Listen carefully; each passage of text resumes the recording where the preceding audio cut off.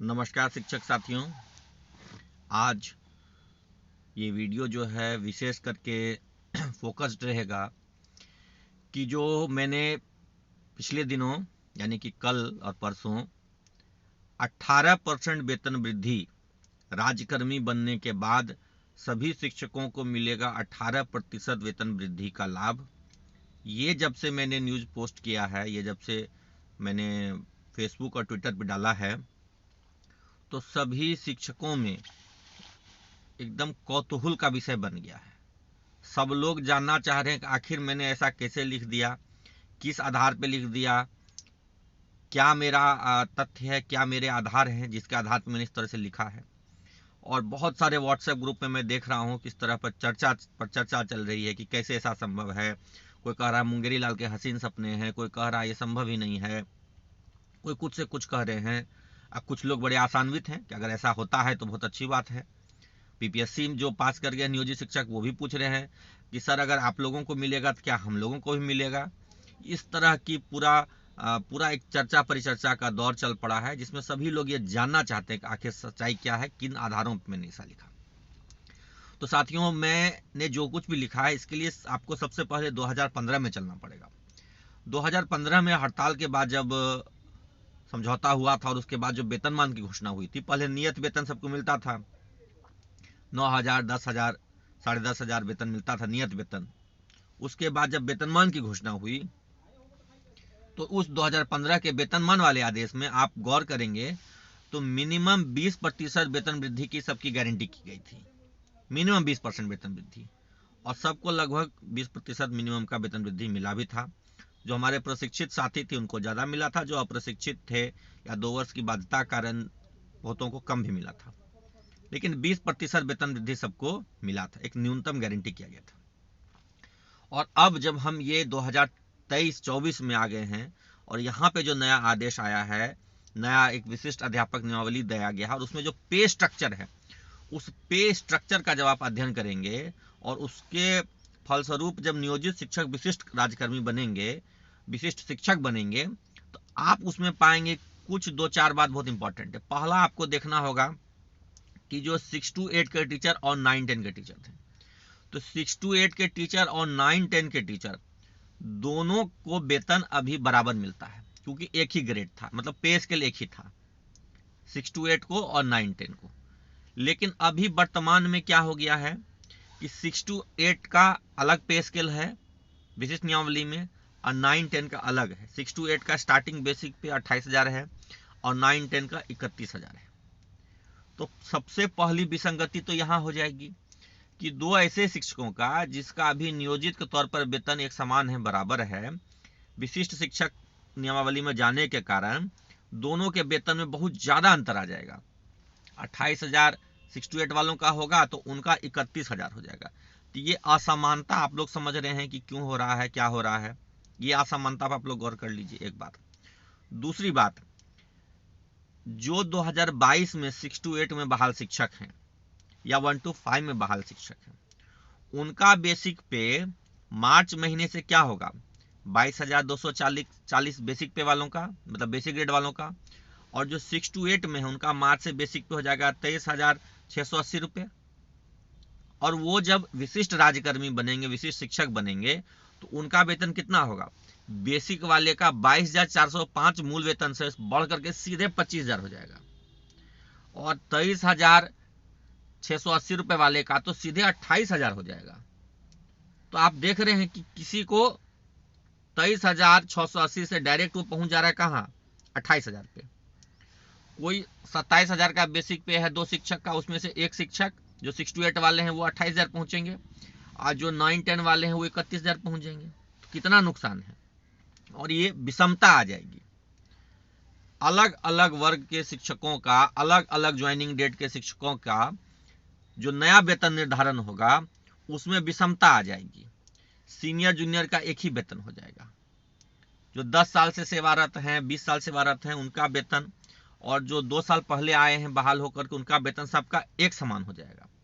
तो इस विषमता को दूर करने के लिए सरकार को कोई एक फिटमेंट मैट्रिक्स तो लाना पड़ेगा, और फिटमेंट मैट्रिक्स की बात भी कही गई है। उसको विस्तारित रूप से नहीं बताया गया कि फिटमेंट मैट्रिक्स कैसे काम करेगा, लेकिन ये जरूर कहा गया है कि फिटमेंट मैट्रिक्स के हिसाब से दिया जाएगा वेतन।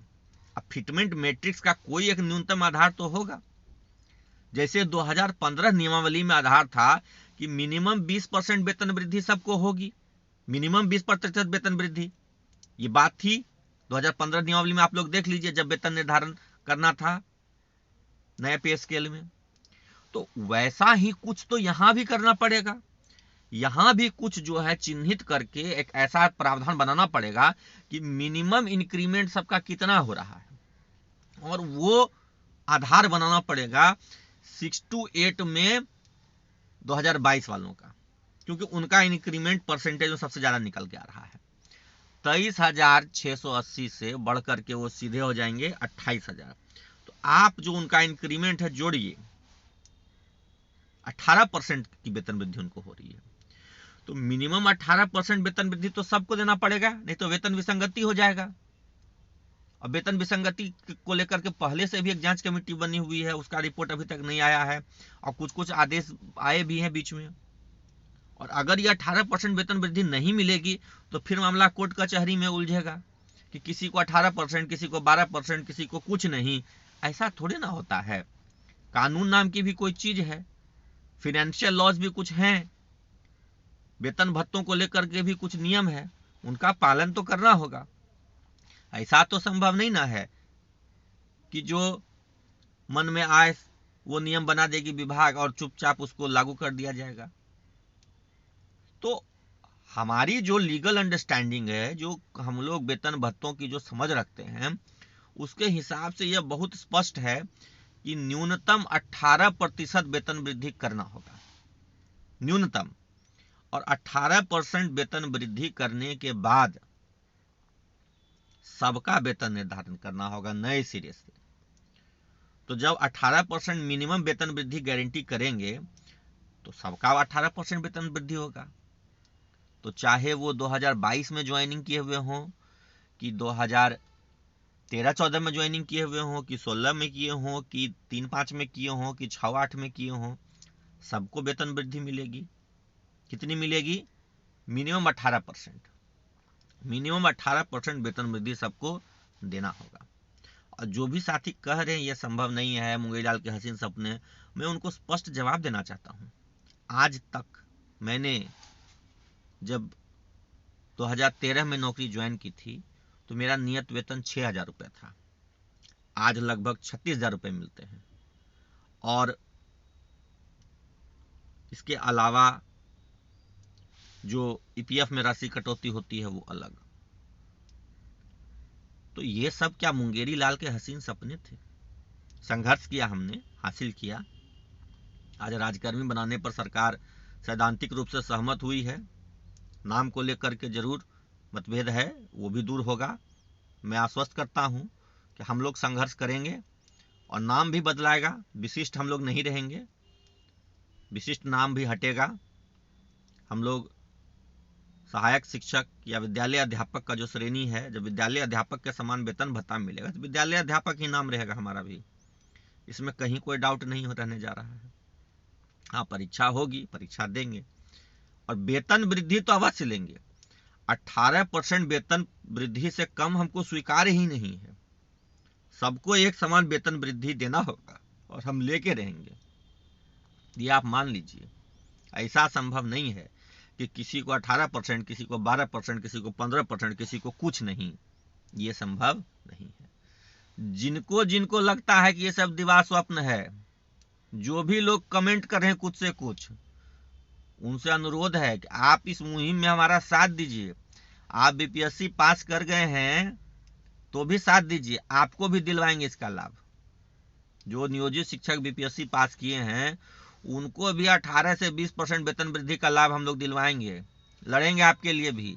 आपको हम कोई गैर नहीं समझ रहे, आप भी हमारे अपने हैं। आप हमारे साथ विद्यालय में रहे, पढ़ाई लिखाई किए, सब साथ में हम लोग ट्रेनिंग किए हैं। सब लोग साथ दीजिए, मिल करके रहिए। वेतन वृद्धि का लाभ सबको मिलेगा। जो बीपीएससी पास कर गए नियोजित शिक्षक उनको भी मिलेगा, और जो दक्षता क्षमता परीक्षा पास करेंगे उनको भी मिलेगा, सबको मिलेगा। किसी को छोड़ा नहीं जाएगा। जो भी नियोजित शिक्षक राज्यकर्मी बने हैं, चाहे जैसे भी बने हो, बीपीएससी परीक्षा देके बने हो, सक्षमता देकर के बनेंगे, सबको अनिवार्य 18% वेतन वृद्धि का लाभ हम लोग दिलवाएंगे। और इसके लिए हमारी तैयारी शुरू हो गई है। हम लोग इस पर काम करना शुरू कर चुके हैं, लग गए हैं इस पर। और ये जान लीजिए, इससे हम लोग पीछे नहीं हटेंगे, ये होकर रहेगा, ये हम अवश्य करवाएंगे। इसके लिए आप लोग हमारा साथ दीजिए, हमारे साथ बने रहिए। आपका सहयोग समर्थन हम लोग चाहते हैं। आपके सहयोग समर्थन से ही, सबके सहयोग समर्थन से, सभी नियोजित शिक्षकों के सहयोग समर्थन से ही इस लड़ाई को हम लोग को जीतना है। और हम सब लोग, मेरी बात आप नोट कर लीजिए, हम सब लोग विद्यालय अध्यापक ही बनेंगे। राज्यकर्मी के समान सब सुविधाओं को लेकर के तो क्लियर मैं कई बार कर चुका हूं, लेकिन संवर्ग भी मैं आपको बता दे रहा हूं, आने वाले समय में हमारा संवर्ग वही होगा, विद्यालय अध्यापक वाला।